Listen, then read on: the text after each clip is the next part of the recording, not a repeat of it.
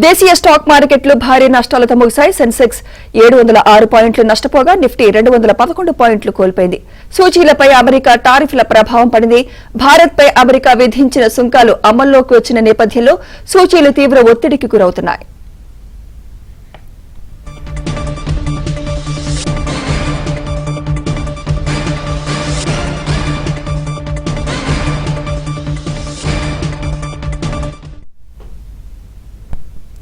Markets పై విశ్లేషణ అందించేందుకు మనతో పాటు ఉన్నారు బిజినెస్ అనలిస్ట్ ఈదర్ రామకృష్ణ గారు. నమస్తే సార్.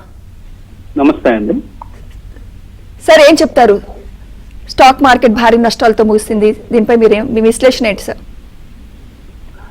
ముఖ్యంగా గత బుధవారం నుంచి నిన్నటి నుంచి రష్యన్ ఆయిల్ మన పర్చేజ్ మీద నెపంతో 25% అడిషనల్ టారిఫ్స్ మన మీద విధించడం జరిగింది. మన మార్కెట్స్ నిన్న హాలిడే ఉండటంతో ఏమన్నా నెగోషియేషన్స్ జరిగి కొంత మార్కెట్స్ లో టారిఫ్స్ లో మళ్ళీ కరెక్షన్ ఏమన్నా ఉంటుందా, లేదా టారిఫ్స్ లో ఏమన్నా తగ్గుముఖం గత రాత్రి నెగోషియేషన్స్ ద్వారా ఏమైనా తగ్గుతాయని ఆశించిన వాళ్ళకి ఆశాభంగం అయింది. కేవలం కాటన్ ఇంపోర్ట్స్ మీద మాత్రమే వాళ్ళు టారిఫ్స్ తగ్గించడం జరిగింది. మిగతా అన్నింటి మీద యాజ్ ఇట్ ఈస్ గా 25% అడిషనల్ టారిఫ్స్ విధిస్తూ టోటల్ గా ఓవరాల్ గా 50% టారిఫ్స్ ని కంటిన్యూ చేస్తున్నారు. తద్వారా మన మార్కెట్స్ ఒక్కసారిగా డెవలప్ అయ్యాయి. మళ్ళీ మధ్యాహ్నం నుంచి మార్కెట్లు కొంత ఒక దశలో 200 పాయింట్లు నష్టపోయి నిఫ్టీ మళ్ళీ కొంత కోలుకొని మళ్ళీ నష్టపోవడం జరిగింది. ఫైనల్ గా మనం ఈ రోజున 200 పైచిలకు పాయింట్లు నష్టపోవడం జరిగింది. మొత్తం మీద మనకి సెన్సెక్స్ ఒక 705 పాయింట్లు నష్టపోయాము.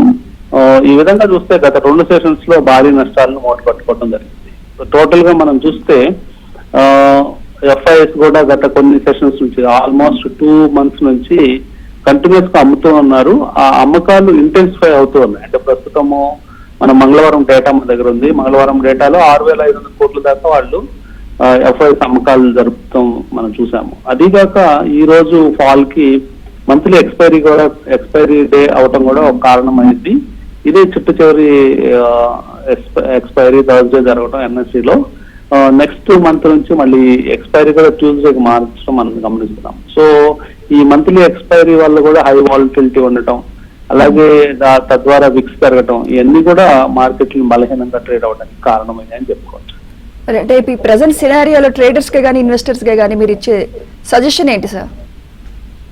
ట్రేడర్స్ కొద్దిగా ఓపిక పట్టాలండి. అంటే ఇప్పుడు మనం ఒక రౌండ్ నెంబర్ దగ్గరకు వచ్చాము. 24,500 దగ్గర ఈ రోజు మార్కెట్స్ నిఫ్టీ క్లోజ్ అవ్వడం చూస్తున్నాము.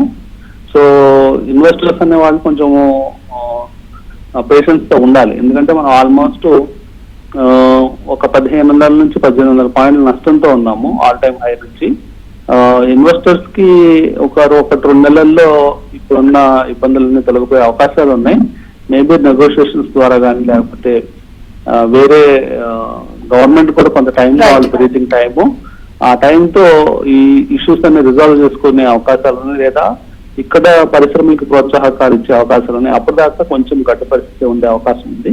ట్రేడర్స్ మాత్రం ఎప్పటికప్పుడు వాళ్ళ స్టాప్ లాస్ హెడ్జ్ మెకానిజంతో కాషియస్ గా ఉండాల్సిన అవసరం ఉంది. Thank you very much either Ramakrishna గారు.